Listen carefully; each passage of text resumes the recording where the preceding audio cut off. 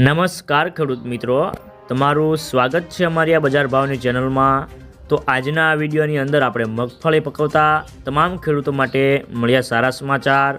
તો મગફળીના વાયદા બજારમાં સુધારો અને હવે મગફળીના ભાવ વધશે કે ઘટશે, સાથે જ તમામ માર્કેટની અંદર અત્યારે મગફળીના બજાર ભાવ કેવા ચાલી રહ્યા છે તેની સંપૂર્ણ અપડેટ મેળવીશું આજના આ વિડીયોની અંદર। તો અંત સુધી બન્યા રહેજો। તો મિત્રો આગળ વાત કરીએ તો મગફળીની બજારમાં ભાવ આજે સ્થિર હતા।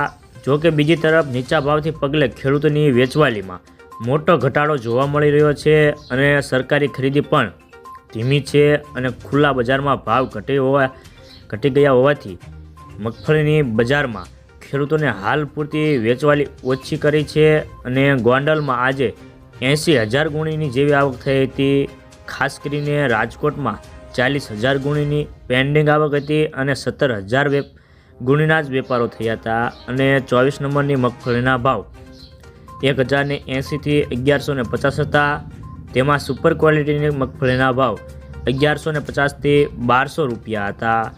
તો મિત્રો ખાસ કરીને અત્યારે ગોંડલમાં 42 થી 43,000 ગુણીના વેપારો હતા અને તેના ભાવ 20 નંબરની મગફળીના 1,100 થી 1,200 રૂપિયા હતા। તો મિત્રો ચાલો જાણી લઈએ કે ગુજરાતના તમામ માર્કેટની અંદર અત્યારે મગફળીના બજાર ભાવ કેવા ચાલી રહ્યા છે તે જે 20 કિલોગ્રામ દીઠ આપેલ છે। તો સૌપ્રથમ જાણીશું આપણે જાડી મગફળીના ભાવ।